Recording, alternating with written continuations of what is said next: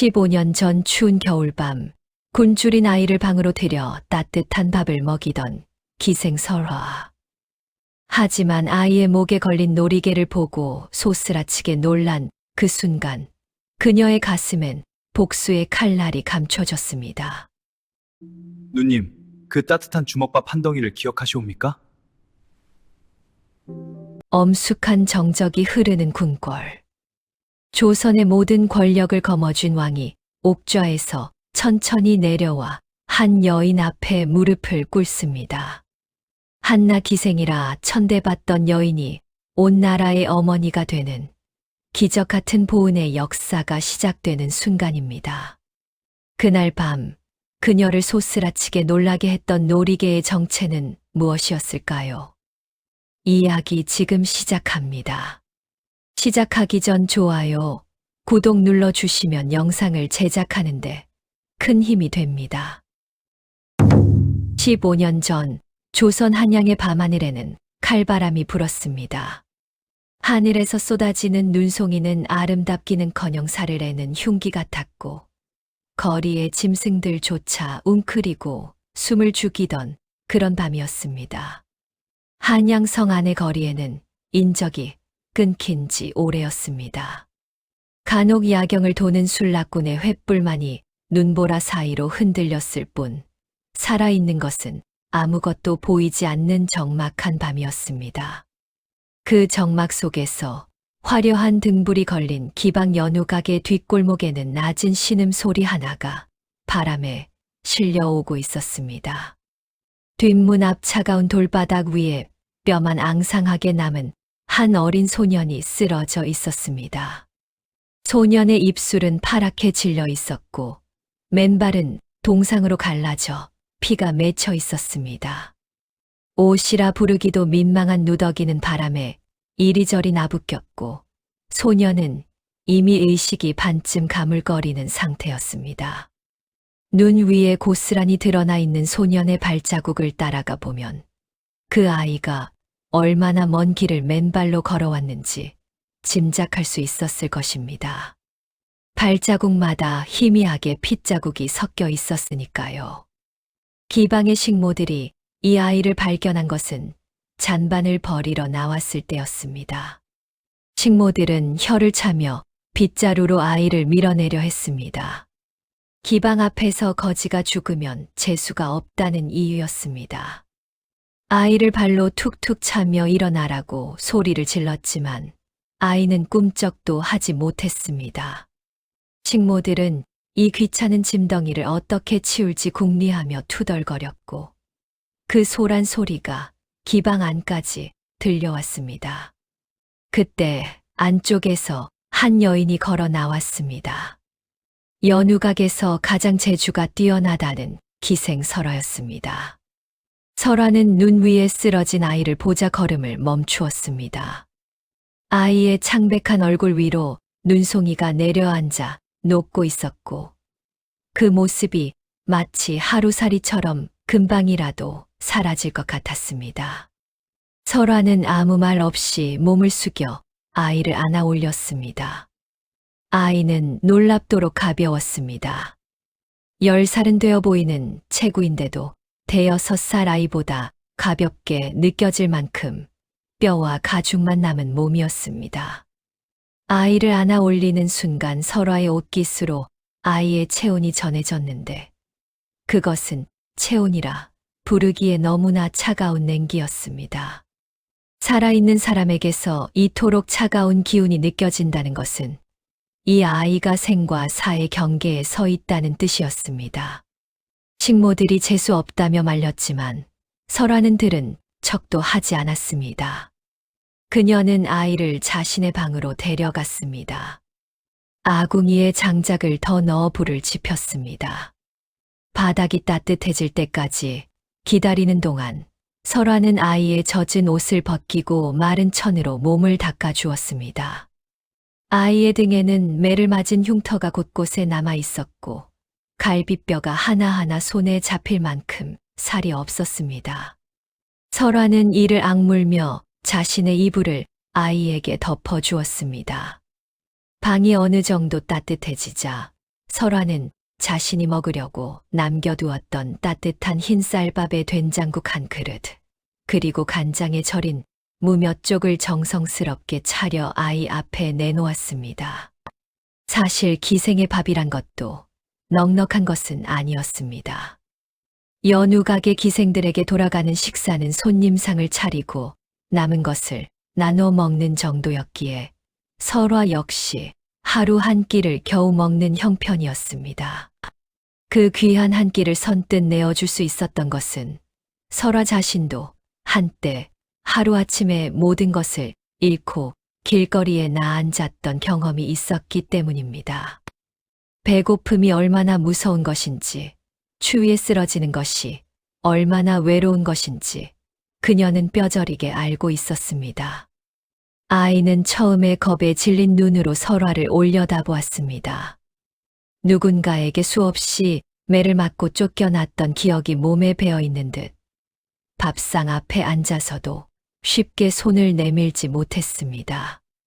혹시 이것이 또 다른 함정은 아닌지, 밥을 먹으면 또 무엇을 시킬 건지, 어린 나이에 이미 사람을 경계하는 법을 배운 눈빛이었습니다.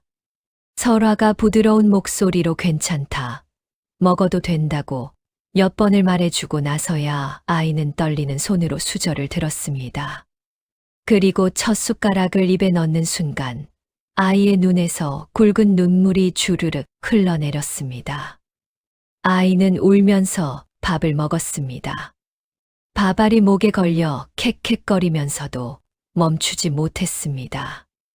너무 급하게 먹다가 사례가 들렸고 설화는 아이의 등을 토닥이며 천천히 먹으라고 달래야 했습니다. 하지만 아이는 밥그릇을 놓을 수가 없었습니다.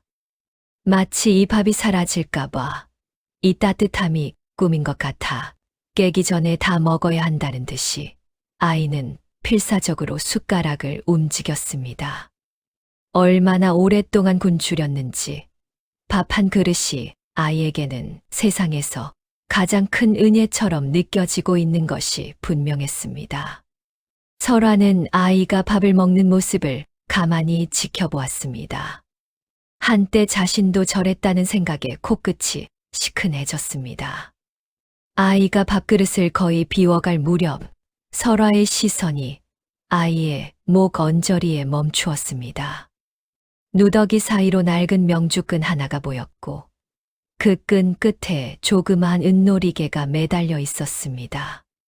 처음에는 대수롭지 않게 보았으나 아이가 밥그릇을 내려놓으며 고개를 숙이는 순간 은놀이개의 뒷면에 새겨진 문양이 촛불 아래서 또렷하게 드러났습니다. 그 순간 설화의 얼굴에서 핏기가 사라졌습니다.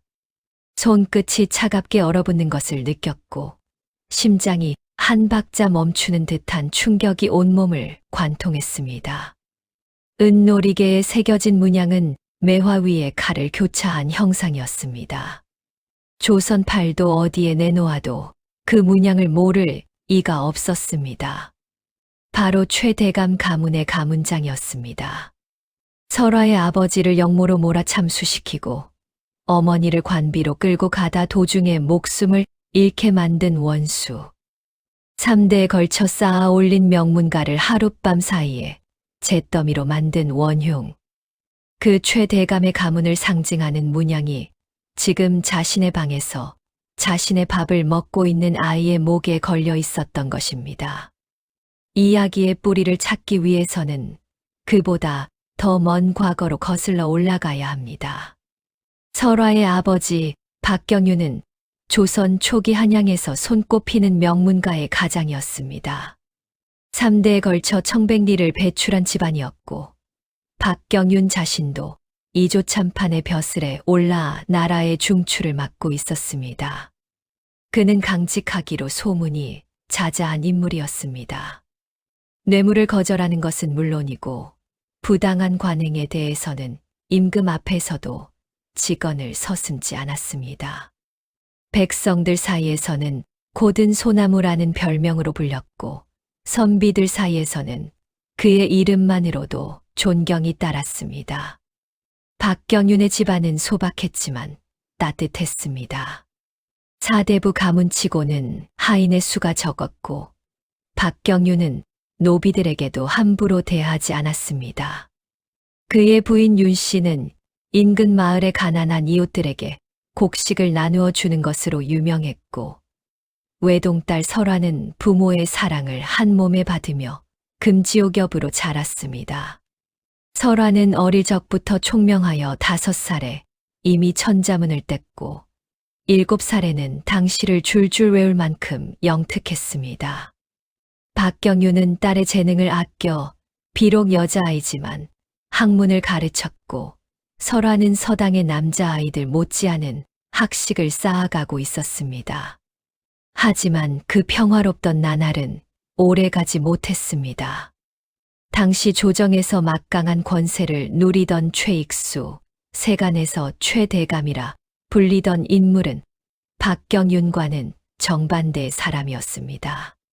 최대감은 뇌물과 아첨으로 권좌에 오른 인물이었고 조정의 인사권을 쥐고 흔들며 자신의 편을 곳곳에 심어놓은 노회한 정치꾼이었습니다. 그에게는 청렴한 박경윤의 존재 자체가 눈의 가시였습니다. 박경윤이 살아있는 한 최대감의 비리는 언제든 탄핵의 대상이 될 수 있었기 때문입니다.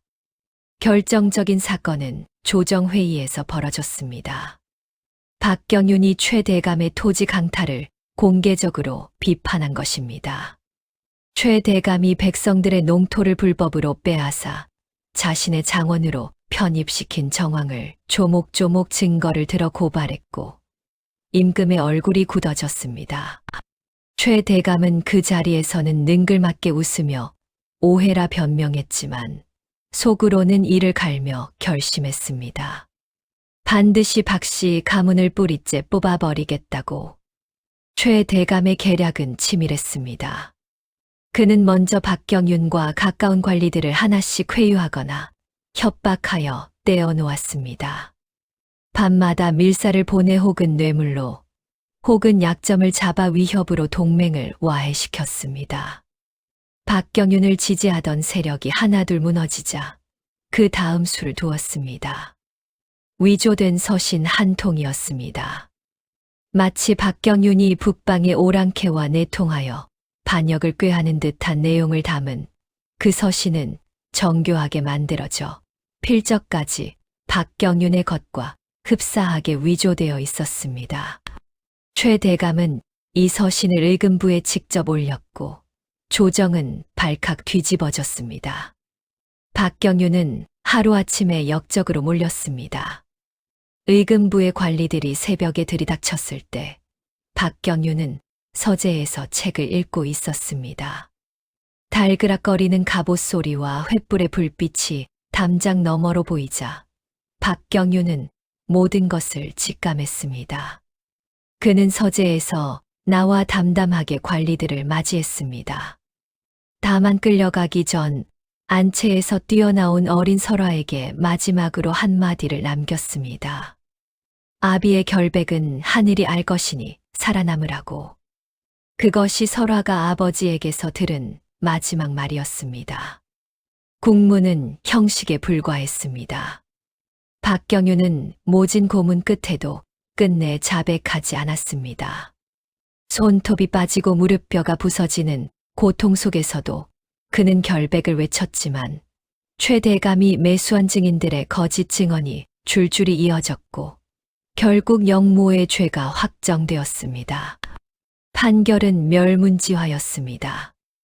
박경윤은 저작거리에서 참수되었고 수백 명의 백성이 그의 죽음을 지켜보며 눈물을 흘렸습니다. 백성들은 박경윤의 결백을 믿었지만 권력 앞에서는 그 누구도 입을 열 수 없었습니다. 박경윤의 부인 윤 씨는 관비로 끌려가게 되었습니다. 끌려가던 도중 윤 씨는 멀리서 불타는 자신의 집을 바라보았습니다. 3대에 걸쳐 지켜온 가문의 기둥이 무너지고 서재의 책들이 타오르고 정원의 매화나무가 시뻘건 불길에 휩싸이는 것을 보았습니다. 윤 씨는 그 광경을 끝까지 지켜본 뒤 관비 행렬이 한양 성문을 빠져나가는 길목에서 혀를 깨물어 스스로 목숨을 끊었습니다. 삼촌과 사촌들도 연좌되어 유배를 가거나 옥에서 목숨을 잃었습니다. 수백 년 이어진 명문가가 하룻밤 사이에 이 세상에서 완전히 지워진 것입니다. 오직 한 사람, 당시 8살이었던 외동딸 설화만이 기적적으로 살아남았습니다. 그날 밤 집안의 늙은 유모의 등에 엎혀 후원 담장을 넘었습니다. 유모는 어린 설화를 업고 한양성 밖으로 빠져나와 한밤중에 산길을 달렸습니다.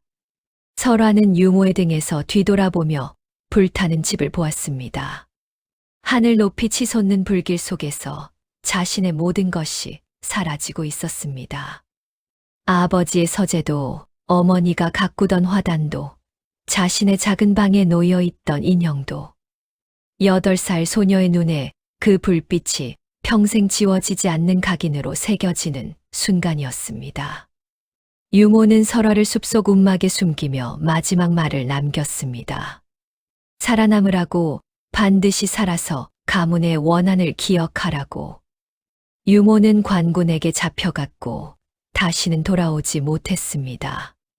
8살 소녀가 혼자 세상에 남겨졌습니다. 설화는 산속에서 풀뿌리와 나무 열매를 먹으며 사흘을 버텼습니다. 밤에는 짐승의 울음소리에 떨었고 낮에는 관군의 수색을 피해 나무 위에 숨어야 했습니다. 굶주림과 공포 속에서도 설화는 살아남았습니다.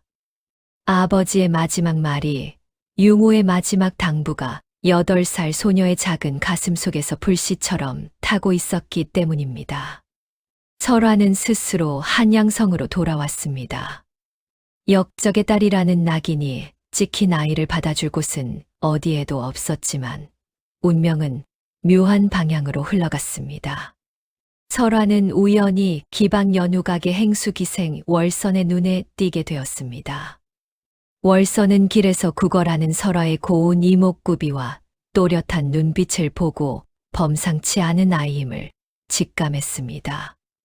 월선 역시 한때 양반가의 딸이었으나 가문이 몰락하여 기생이 된 여인이었기에 설화의 처지가 남의 일 같지 않았습니다. 월선은 설화를 데려와 자신의 수양딸처럼 거두었고 기방에서 가무와 예절, 시서화를 가르치기 시작했습니다.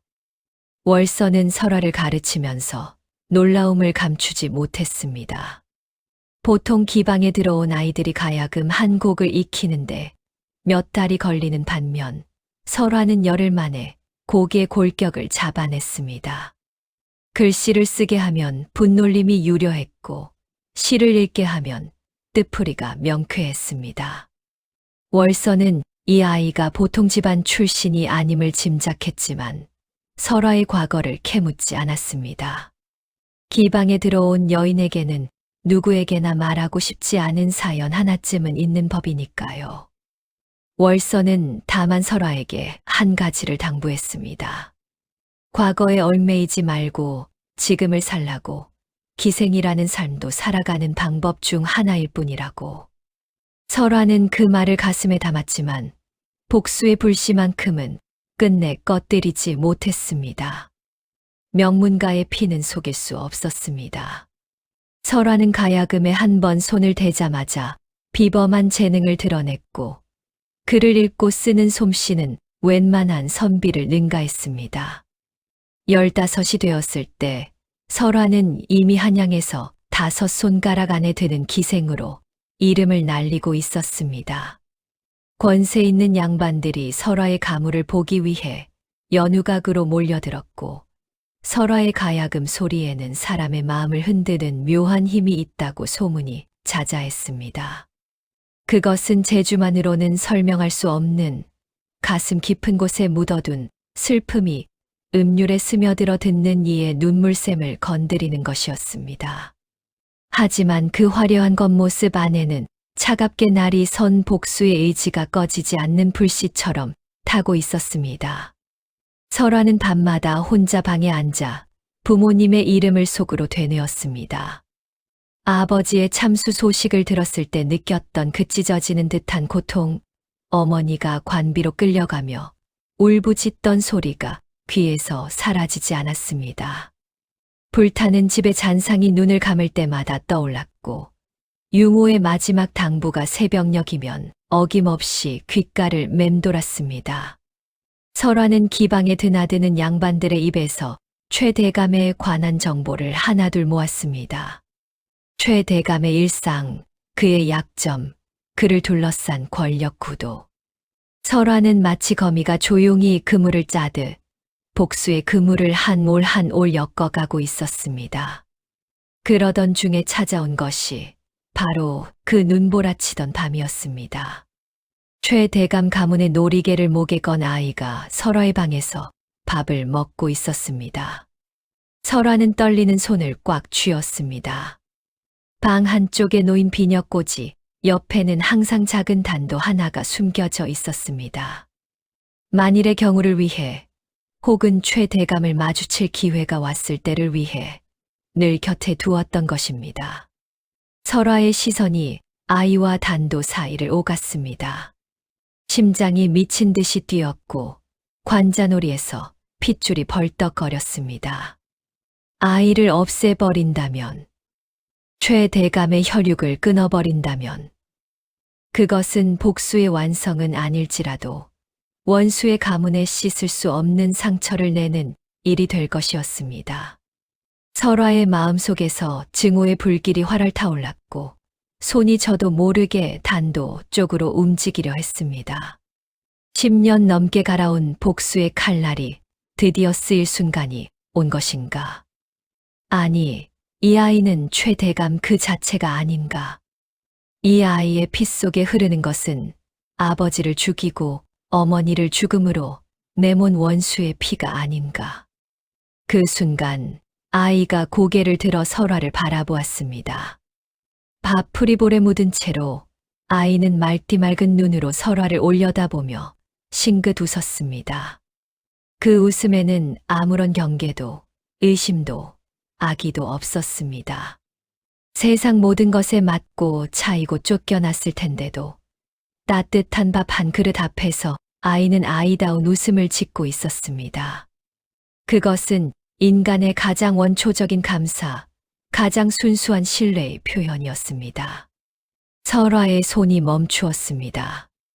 아이의 눈에는 아비의 악행도, 가문의 피비린내도, 권력의 탐욕도 비치지 않았습니다. 그저 배고프고 추웠던 밤에 따뜻한 밥 한 그릇을 받은 것에 대한 순수한 기쁨만이 있었습니다. 설화는 문득 자신의 어린 시절을 떠올렸습니다. 가문이 무너진 뒤 길거리에서 구걸하던 자신에게 따뜻한 죽 한 그릇을 건네주었던 낯선 할머니가 있었습니다. 이가 다 빠진 입으로 웃으며 먹어라, 아가, 하고 말하던 그 할머니. 그 한 그릇의 죽이 아니었다면 설화는 그 겨울을 넘기지 못했을 것입니다. 지금 이 아이의 처지가 그때의 자신과 무엇이 다른가. 설화는 깊은 한숨을 내쉬었습니다. 아이에게는 죄가 없었습니다. 아비가 누구인지, 그 아비가 무슨 짓을 했는지 아이가 어찌 알겠으며 설령 안다 한들 그것이 이 어린 생명의 잘못이 될 수는 없는 일이었습니다. 설화는 오래도록 눈을 감고 마음속의 폭풍과 싸웠습니다. 복수를 갈망하는 자신과 무고한 생명 앞에서 칼을 들 수 없는 자신이 처절하게 부딪혔습니다. 아버지의 목이 잘리던 그 소식이 떠올랐고, 어머니가 피를 흘리며 쓰러졌다는 전갈이 떠올랐고, 불타는 집과 유모의 울음소리가 떠올랐습니다. 동시에 눈앞에 이 아이가 보였습니다. 갈비뼈가 드러난 등, 동상에 갈라진 맨발, 밥 한 그릇에 눈물을 흘리는 모습. 그 두 가지 풍경이 설화의 마음속에서 격렬하게 부딪혔고, 촛불이 한 뼘은 줄어들 만큼의 시간이 흘러서야 비로소 설화는 눈을 떴습니다. 설화는 단도에서 손을 거두었습니다. 그리고 천천히 아이 곁으로 다가가 떨리는 손으로 아이의 머리를 쓰다듬었습니다. 아이는 낯선 온기에 놀랐는지 잠깐 움찔했지만 이내 설화의 손길에 기대며 눈을 감았습니다. 설화는 품에서 은전 몇 잎을 꺼내 아이의 작은 주머니에 넣어 주었습니다. 그리고 속으로 되뇌었습니다. 증오의 대물림은 나 하나로 끝내겠다고. 원수의 아이라 할지라도 이 아이만은 제 아비와 다른 사람이 되기를 바란다고. 복수라는 이름의 악마를 가슴속에 다시 가두는 순간 설화의 눈가를 따라 뜨거운 눈물이 소리 없이 흘러내렸습니다. 아이는 새벽녘에 연우각을 떠났습니다. 설화가 쥐어준 은전을 꼭 쥔 채 아이는 뒷문 앞에서 돌아보았습니다. 눈은 그쳐 있었고 새벽 하늘에는 별이 몇 개 떠 있었습니다. 아이는 설화를 향해 허리를 깊이 숙여 절을 올렸습니다. 아직 말도 제대로 못하는 듯 했지만 그 절에는 평생을 가도 잊지 못할 깊은 고마움이 담겨 있었습니다. 설화는 뒷문에 기대어 아이가 새벽 골목 끝으로 사라지는 것을 끝까지 지켜보았습니다. 아이의 뒷모습이 골목 끝에서 완전히 사라진 뒤에도 설화는 한참 동안 그 자리에 서 있었습니다. 아이가 떠난 뒤 설화는 빈 밥그릇을 오래도록 바라보았습니다. 그릇에는 밥풀 하나 남지 않았고 국물 한 방울도 남아있지 않았습니다. 설화는 그 깨끗한 그릇을 보며 묘한 평온을 느꼈습니다.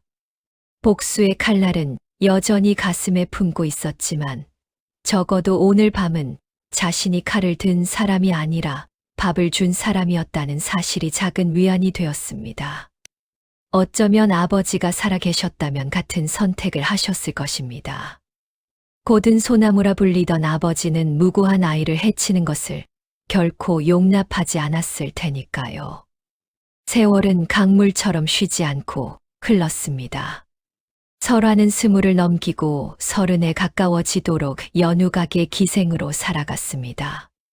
기생의 삶이란 것 보기에는 비단과 풍류로 둘러싸인 듯하지만 실상은 누구보다 외롭고 서글픈 것이었습니다. 나이가 들수록 찾는 손님은 줄어갔고 젊은 기생들이 설화의 자리를 하나둘 차지해 나갔습니다. 설화는 더 이상 연우각의 꽃이 아니었습니다. 한때 한양을 떠들썩하게 했던 천하명기라는 이름은 먼지가 쌓인 옛 이야기가 되어가고 있었습니다. 그러나 설화에게 진정 가혹했던 것은 세월의 잔인함이 아니라 복수의 기회가 영원히 사라진 것이었습니다. 최대감은 설화가 24이 되던 해에 병으로 세상을 떠났습니다. 원수가 자신의 손이 아닌 병마에 의해 죽었다는 소식을 들었을 때 설화는 아무런 감정도 느끼지 못했습니다. 분노도 안도도 통쾌함도 없었습니다. 다만 텅 빈 허탈감만이 가슴을 채웠습니다.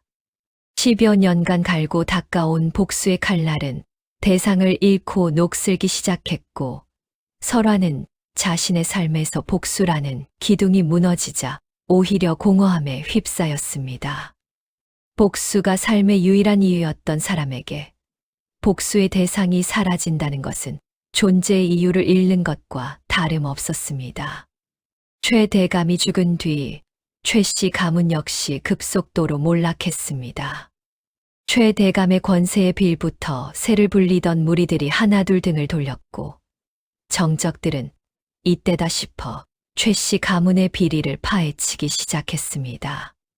결국 최 씨 가문도 영모의 혐의로 멸문지화를 당했으니 세상 일이란 참으로 돌고 도는 것이었습니다. 설화는 원수의 가문이 멸문당했다는 소식에도 통쾌하기보다는 쓸쓸했습니다. 또 한 가문이 무너지고 또 누군가의 아이들이 길거리에 내팽개쳐졌을 것을 생각하면 복수라는 것의 끝에는 결국 또 다른 비극만 남는다는 사실을 온몸으로 느꼈기 때문입니다. 설화는 연우각에서 어린 기생들을 가르치는 일을 맡게 되었습니다. 은인이었던 행수기생 월선은 이미 몇 해 전에 세상을 떠났고 설화는 월선의 빈자리를 메우듯 어린 기생들의 보호자 역할을 자처했습니다. 가야금과 검은고를 가르치고 시와 글을 읽어주며 세상의 험한 풍파에 시달리는 어린 기생들에게 따뜻한 말 한마디를 건네는 것이 설화의 일상이 되었습니다. 복수의 불꽃이 꺼진 자리에 은인이 자신에게 그랬듯 누군가를 돌보는 소박한 일상이 자리 잡기 시작한 것입니다. 그 무렵 설화에게는 특별히 마음이 쓰이는 아이가 하나 있었습니다. 갓 12살에 기방에 들어온 소녀 연이었습니다. 연이는 부모를 전염병으로 잃고 떠돌다가 기방에 팔려온 아이였는데 눈빛이 사납고 말이 없어 다른 기생들이 모두 꺼려했습니다. 하지만 설화는 그 아이의 눈에서 자신의 옛 모습을 보았습니다. 세상에 대한 분노와 두려움이 뒤섞인 눈빛, 아무도 믿을 수 없다는 방어의 자세. 설화는 연희에게 억지로 다가가지 않았습니다. 다만 매일 연희의 곁에 밥 한 그릇을 놓아두었고 가야금 줄을 고르며 혼잣말하듯 노래를 불렀습니다. 몇 달이 지나자 연희는 서서히 설화에게 마음을 열기 시작했고 나중에는 설화를 어머니처럼 따르게 되었습니다. 설화는 깨달았습니다. 사람의 마음을 여는 것은 대단한 말이나 행동이 아니라 꾸준히 곁에 놓아두는 따뜻한 밥 한 그릇 같은 것이라는 사실을. 그 무렵 조선의 정세는 경랑 속에 빠져 있었습니다. 임금이 폭정을 일삼았고 조정 대신들 사이에서 불만이 쌓여가고 있었습니다. 반정의 기운이 조금씩 무르익고 있었지만 그것은 궁궐 안의 이야기였을 뿐 기방의 기생인 설화에게는 아득히 먼 세상의 일이었습니다. 설화는 정치의 풍파에 관심을 두지 않았고 오직 눈앞의 하루를 무사히 보내는 것에만 마음을 쏟았습니다. 그러던 어느 날 한양 전체를 뒤흔드는 소식이 전해졌습니다. 반정이 일어난 것입니다. 폭군이 폐위되고 새로운 왕이 옥좌에 올랐습니다. 새 임금은 선왕의 반개 혈통으로 지방의 절에서 학문을 닦은 뒤 반정 세력에 의해 추대된 인물이라 했습니다. 한양의 백성들은 환호했고 새 임금의 즉위를 축하하는 잔치가 열흘 동안 이어졌습니다. 설화는 연우각의 처마 밑에서 멀리 궁궐 쪽에서 울려 퍼지는 풍악 소리를 들으며 무심히 생각했습니다. 또 한 사람의 왕이 바뀌었구나. 하지만 기생의 삶이야 누가 왕이 되든 달라질 것이 있겠는가. 그런데 새 왕이 즉위한 후 보름쯤 지났을 때 기이한 일이 벌어졌습니다. 전국 8도의 왕의 어명을 담은 방이 붙은 것입니다. 방의 내용은 이러했습니다. 15년 전 한양 기방 연우각에서 곤줄인 아이에게 밥을 먹여 살려준 기생을 찾는다. 이 여인을 알거나 소재를 아는 자는 즉시 관가에 알릴 것이며 이 여인에게 해를 가한 자는 왕명을 거스른 것으로 엄벌에 처한다.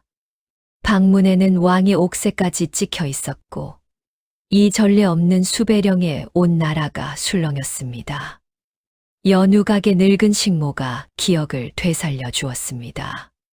15년 전 눈 오던 날 밤 설화가 뒷문에서 거지 아이를 데려다 밥을 먹였던 일을 식모는 또렷이 기억하고 있었습니다. 설화의 가슴이 두근거리기 시작했습니다. 설마 그 아이가, 그 뼈만 앙상하던 아이가, 최대감의 놀이개를 목에 걸고 있던 그 아이가 지금의 왕이란 말인가. 설화의 눈앞이 아득해졌습니다. 만약 그것이 사실이라면 자신이 살려준 아이는 원수의 핏줄이었고 그 원수의 핏줄이 이제 온 나라의 주인이 되어 자신을 찾고 있는 것입니다. 운명이라는 것이 이토록 기이한 장난을 칠 수 있다는 사실에 설화는 한동안 말을 잃었습니다. 설화가 관가에 나서자 한양은 또 한 번 발칵 뒤집어졌습니다. 왕이 찾던 기생이 바로 연우각의 설화라는 소문이 퍼지자 연우각 앞에는 구경꾼들이 인산인해를 이루었습니다.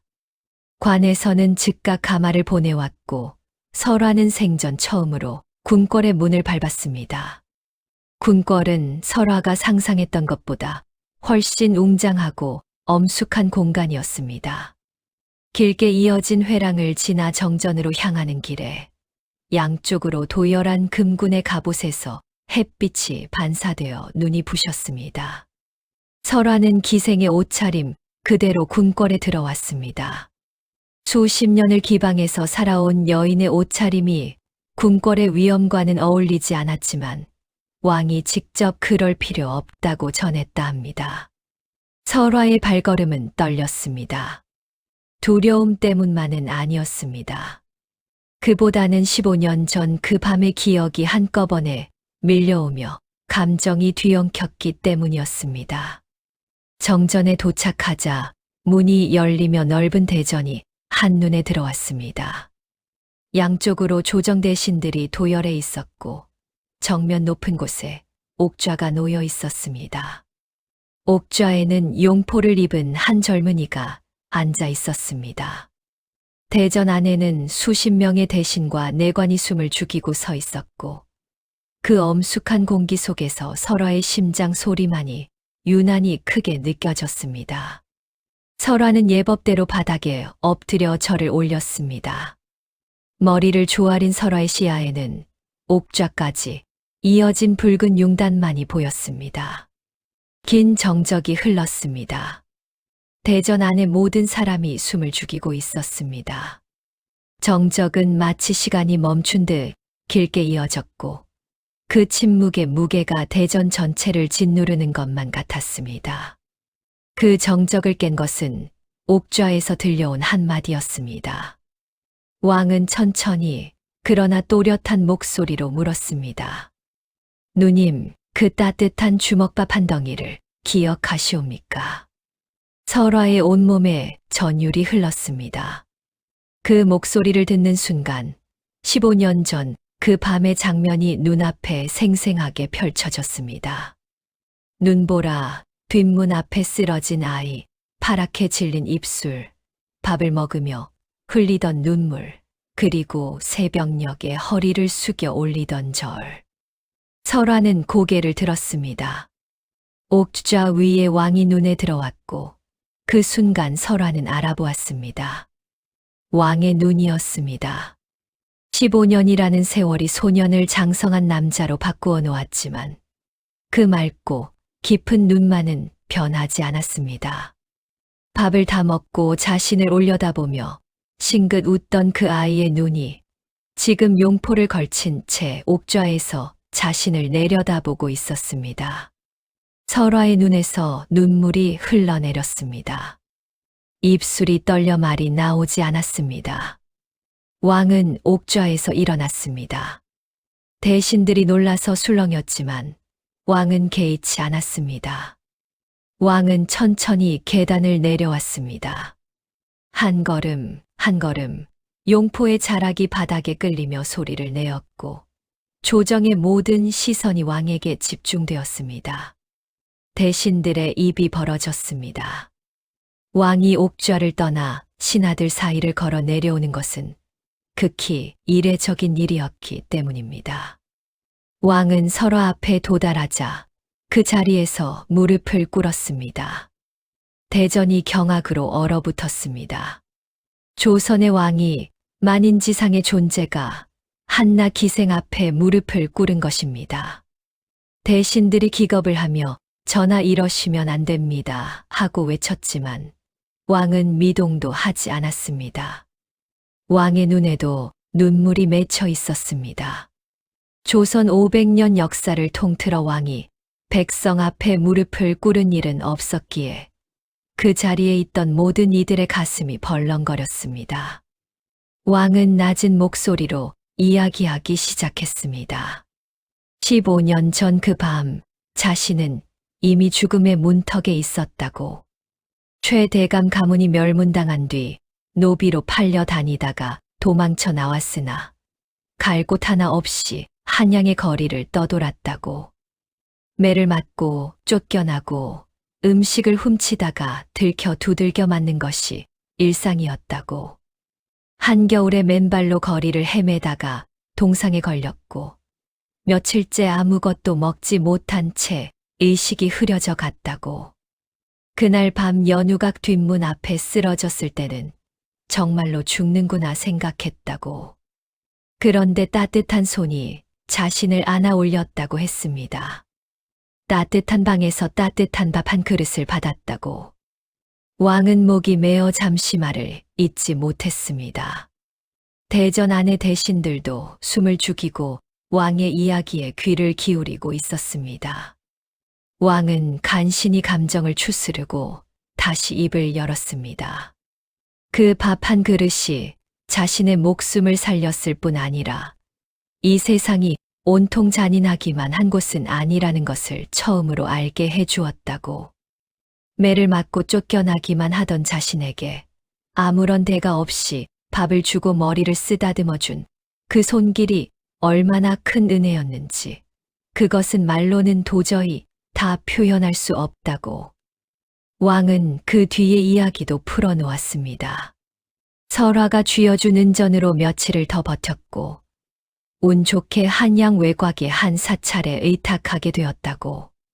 절의 주지 스님이 아이의 비범함을 알아보고 글과 무예를 가르쳐 주었으며 세월이 흘러 반정의 기운이 무르익을 때 자신이 선왕의 반계 혈통임이 밝혀져 추대를 받게 되었다고 했습니다.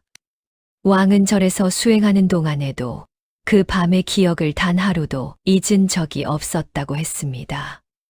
경전을 읽을 때도, 칼을 휘두를 때도, 잠들기 전 어둠 속에서도 따뜻한 밥 한 그릇을 건네주던 여인의 얼굴이 언제나 떠올랐다고. 왕은 그 기억이 자신을 지탱하는 힘이 되어 주었다고 했습니다. 세상이 아무리 가혹해도 적어도 한 사람은 아무 조건 없이 자신에게 따뜻했다는 사실이 살아갈 이유가 되었다고. 왕은 이 모든 것의 시작에 그 밥 한 그릇이 있었음을 만천하에 선포했습니다. 그러나 여기서 왕이 밝힌 또 하나의 사실은 대전을 더욱 큰 충격에 빠뜨렸습니다. 왕은 자신이 최대감의 아들이었음을 숨기지 않았습니다. 그리고 설화가 바로 최대감에 의해 멸문당한 박씨 가문의 외동딸이라는 사실도 이미 알고 있다고 밝혔습니다. 대전 안이 술렁거렸습니다. 원수의 딸이 원수의 아들을 살렸다니 그것이 가능한 일인가. 대신들의 얼굴에 경악과 의혹과 감탄이 뒤섞여 나타났습니다. 왕은 일어선 뒤 모든 대신들을 향해 엄중한 어조로 선언했습니다. 설화가 원수의 자식인 자신을 죽일 수도 있었음에도 아이의 생명을 살렸다는 사실이야말로 하늘이 내린 자비의 증거라고 했습니다. 복수를 선택할 수 있었으나 용서를 선택한 그 마음이 바로 성인의 덕이라고. 자신은 이 은혜를 갚아야 할 뿐 아니라 설화의 가문이 입은 억울한 원한을 바로잡아야 할 의무가 있다고 했습니다. 왕의 선언 이후 조정은 벌집을 쑤셔놓은 듯 혼란에 빠졌습니다. 대신들 대부분은 왕의 뜻에 격렬히 반대했습니다. 기생 출신의 여인을 왕비로 책봉한다는 것은 전례가 없는 일이었고 양반 사대부들의 체면이 걸린 문제였습니다. 삼정승을 필두로 연일 상소가 올라왔고 어떤 대신은 옥좌 앞에서 머리를 바닥에 찌으며 통곡하기까지 했습니다. 기생을 국모로 삼는 것은 나라의 근본을 흔드는 일이라는 것이 그들의 논리였습니다. 그러나 왕의 의지는 바위처럼 단단했습니다. 왕은 대신들의 반발에 한치도 물러서지 않았습니다. 오히려 박씨 가문이 억울하게 멸문당한 전말을 재조사하도록 명했습니다. 왕은 조정에서 가장 강직하다고 소문난 3명의 관리를 직접 뽑아 특별조사단을 꾸렸고 의금부의 창고 깊숙이 묻혀있던 15년 전의 기록을 한 장 한 장 뒤지게 했습니다. 먼지가 쌓인 기록철 속에서 진실의 조각들이 하나씩 모습을 드러냈습니다. 당시 박경윤을 영모로 몰았던 서신의 종이 재질이 관용 종이가 아닌 최 대감의 저택에서만 쓰이던 특수한 한지였다는 사실이 밝혀졌고, 필적 감정을 다시 한결과 위조의 흔적이 여러 군데에서 발견되었습니다. 위조에 가담했던 자들 중 아직 살아있는 늙은 서리 한 명이 양심의 가책을 견디지 못하고 모든 것을 자백했습니다. 최 대감이 밀사를 보내 서신을 조작했다는 정황 증거가 속속 드러났고, 결국 박경윤의 영모 혐의는 완전히 벗겨져 무죄가 선고되었습니다. 박 씨 가문은 공식적으로 복권되었습니다. 무죄 선고가 내려진 날, 설화는 궁궐의 한 구석에서 홀로 울었습니다. 그것은 기쁨의 눈물이면서 동시에 슬픔의 눈물이었습니다. 아버지의 결백이 밝혀졌지만 그 결백을 증명하는데 15년이라는 세월이 걸렸습니다. 아버지는 이미 이 세상에 없었고, 어머니도, 유모도, 삼촌도 모두 돌아올 수 없는 사람들이었습니다. 설화는 아버지의 무죄 판결문을 가슴에 안고 한참을 울었습니다. 그리고 마음속으로 아버지에게 말했습니다. 아버지, 이제야 아버지의 이름이 깨끗해졌습니다. 늦어서 죄송합니다. 라고. 이 과정에서 왕의 진심이 조금씩 조정에 스며들기 시작했습니다. 처음에는 반대만 하던 대신들 중에서도 박경윤의 억울한 사연을 알게 되자 마음이 움직이는 이들이 생겨났습니다. 특히 원로 대신 중 한 명은 젊은 시절 박경윤과 함께 과거 시험을 치른 동년이었는데, 박경윤의 결백이 밝혀지자 옥좌 앞에 나아가 눈물을 흘리며 자신이 그때 용기를 내지 못한 것을 사죄했습니다. 그의 모습을 본 다른 대신들도 하나둘 태도를 누그러뜨렸습니다. 또한 왕이 직접 밝힌 어린 시절의 비참한 이야기, 그리고 원수의 딸이 자신을 살려준 기적 같은 사연이 민간에 퍼지면서 백성들 사이에서는 설화를 향한 열렬한 지지가 솟구쳐 올랐습니다. 저작거리에서는 설화의 이야기가 노래로 만들어져 불리기 시작했고, 이야기꾼들은 연우각의 기생설화를 조선의 관음보살이라 칭했습니다. 한양의 주막마다 설화의 이야기가 안주거리로 오르내렸고, 어떤 선비는 설화의 자비로운 선택을 두고 공자의 인을 실천한 것이라 칭송하는 글을 짓기도 했습니다. 반대 여론이 완전히 사라진 것은 아니었지만 민심은 분명히 설화의 편이었습니다.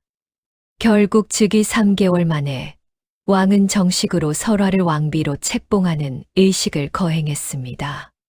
책봉을 앞두고 설화는 홀로 빈 방에 앉아 오래도록 생각에 잠겼습니다. 왕비가 된다는 것은 꿈에도 생각하지 못한 일이었습니다. 기생으로 태어나 기생으로 죽을 줄 알았던 자신이 국모가 되다니. 하지만 설화의 마음을 더 무겁게 짓누른 것은 다른 것이었습니다.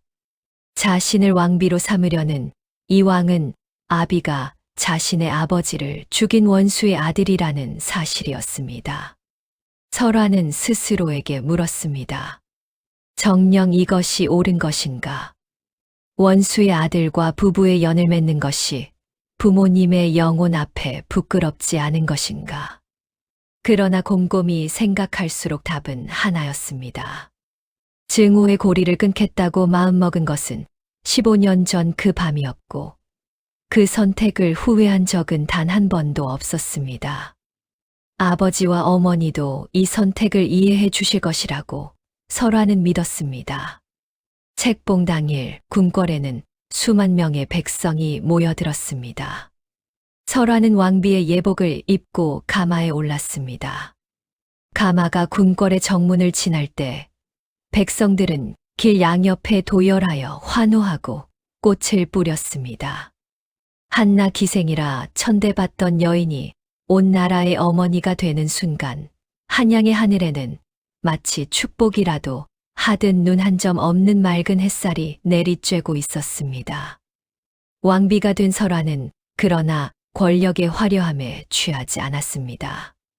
그녀는 궁궐에 들어온 첫날부터 검소한 생활을 실천했습니다. 수라상의 반찬수를 줄이고 비단 대신 무명옷을 즐겨 입었으며 남는 궁중의 곡식은 굶주리는 백성들에게 나누어 주도록 했습니다. 궁녀들에게도 함부로 대하지 않았고 어의원의 약재가 남으면 궁 밖의 가난한 병자들에게 보내도록 했습니다.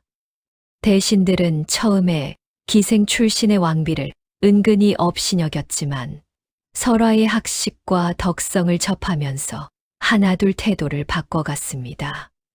설화는 명문가에서 배운 학문의 기초 위에 기방에서 익힌 세상 물정까지 갖추고 있었기에 조정의 일에 대한 조언도 날카롭고 현실적이었습니다. 양반 사대부의 부인들은 백성의 삶이 어떤지 알지 못했지만 설화는 굶주림도 천대도 외로움도 모두 몸소 겪은 사람이었기에 왕이 놓치기 쉬운 민생의 세세한 부분까지 짚어낼 수 있었습니다. 특히 설화가 가장 심혈을 기울인 것은 고아와 빈민을 위한 구휼 사업이었습니다. 설화는 왕에게 건의하여 전국 각지의 해민서의 분원을 설치하게 했고 굶주리는 아이들에게 죽을 나누어 주는 시설을 한양 곳곳에 마련했습니다. 설화는 직접 구휼소를 순시하며 밥을 받아먹는 아이들의 얼굴을 하나하나 살폈습니다. 그때마다 설화는 15년 전 그 밤을 떠올렸습니다. 자신이 준 밥 한 그릇이 한 아이의 인생을 바꿨듯 이 아이들에게 건네는 죽 한 그릇이 또 다른 기적의 씨앗이 될 수 있다는 것을 그녀는 누구보다 잘 알고 있었습니다. 설화는 또한 전국의 관아의 명을 내려 부모 없이 떠도는 아이들을 조사하고 보호하는 제도를 만들었습니다. 양가에 입양을 주선하거나 절에 의탁시켜 그를 배울 수 있게 했습니다.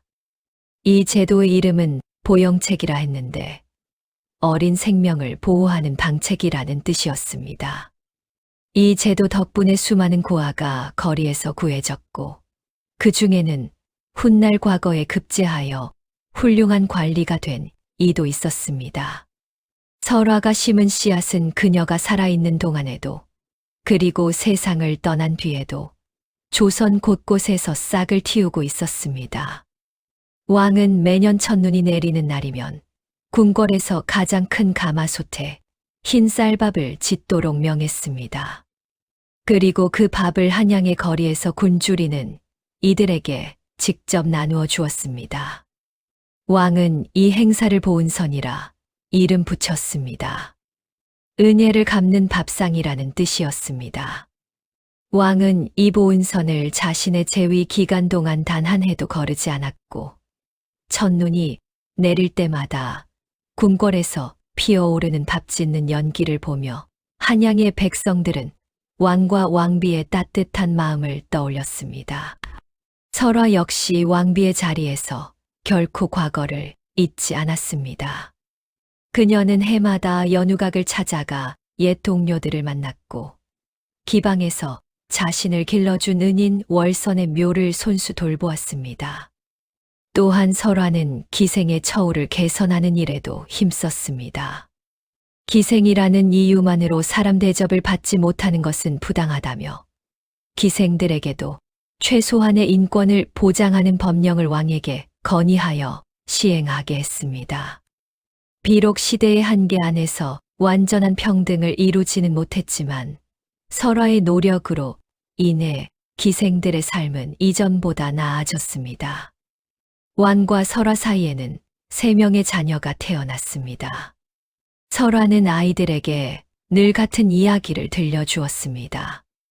눈보라치던 밤, 뒷문 앞에 쓰러진 아이에게 밥 한 그릇을 주었던 이야기를, 그리고 그 아이가 자라서 왕이 되어 돌아왔던 이야기를 설화는 아이들에게 말했습니다. 세상에서 가장 강한 힘은 칼이 아니라 밥 한 그릇에 담긴 따뜻한 마음이라고. 복수보다 용서가 어렵고 증오보다 자비가 강하다고. 아이들은 어머니의 이야기를 들으며 자랐고 훗날 그 가르침을 나라를 다스리는데 고스란히 담아냈습니다. 설화는 48배 나이에 조용히 눈을 감았습니다. 짧다면 짧은 생이었지만 그 안에는 몇 사람의 인생을 합쳐놓은 것보다 더 깊고 넓은 이야기가 담겨 있었습니다. 역적의 딸에서 기생으로, 기생에서 왕비로, 그리고 무엇보다 복수를 선택할 수 있었던 순간에 자비를 택한 한 여인으로. 왕은 설화의 장례를 국장으로 치르게 했고 그녀의 시호를 자비를 베풀어 나라를 밝힌 여인이라는 뜻의 임명왕후라 올렸습니다. 설화의 묘 앞에는 왕이 직접 비석을 세웠습니다. 비석에는 긴 글 대신 단 한 줄만이 새겨져 있었습니다. 한 그릇의 밥으로 한 나라를 구하다. 왕은 비석 앞에 오래도록 서서 먼 하늘을 바라보았습니다. 눈이 내리고 있었습니다. 15년 전 그 밤처럼 하얀 눈송이가 소리 없이 내려앉고 있었습니다. 왕은 떨리는 손으로 비석 위에 내려앉은 눈을 쓸어내며 생애 처음으로 따뜻한 밥 한 그릇을 건네준 여인을 마지막으로 떠올렸습니다. 왕은 설화가 세상을 떠난 뒤에도 보은선을 계속 이어갔습니다. 비가 오나 눈이 오나 매년 첫눈이 내리는 날이면 궁궐의 가마솥에서 밥 짓는 연기가 피어올랐습니다. 왕은 그 밥을 나누어 줄 때마다 설화의 이름을 가슴속으로 불렀습니다. 세월이 흘러 왕도 늙어갔지만 그 약속만은 한 번도 어기지 않았습니다. 설화가 세상을 떠나고도 수십 년이 지난 뒤까지 한양의 백성들은 첫눈이 내리는 날이면 궁궐에서 피어오르는 밥 짓는 연기를 보며 설화의 이야기를 자식에게 또 그 자식에게 전해 주었습니다. 한 그릇의 밥이 한 사람을 살리고 그 한 사람이 한 나라를 바꾸었다는 이야기를. 어느 추운 겨울밤 뒷문 앞에 쓰러진 아이를 그냥 지나칠 수도 있었습니다. 원수의 자식임을 알았을 때 칼을 들 수도 있었습니다.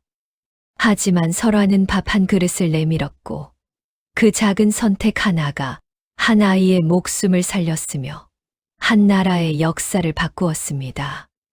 역적의 딸로 태어나 기생으로 살다가 왕비로 생을 마감한 여인 설화. 그녀의 일생은 복수가 아닌 자비가, 증오가 아닌 용서가 얼마나 큰 힘을 지니고 있는지를 보여주는 살아있는 증거였습니다. 그리고 그 모든 것의 시작은 눈보라치던 밤군줄인 아이에게 건넨 따뜻한 밥 한 그릇이었습니다.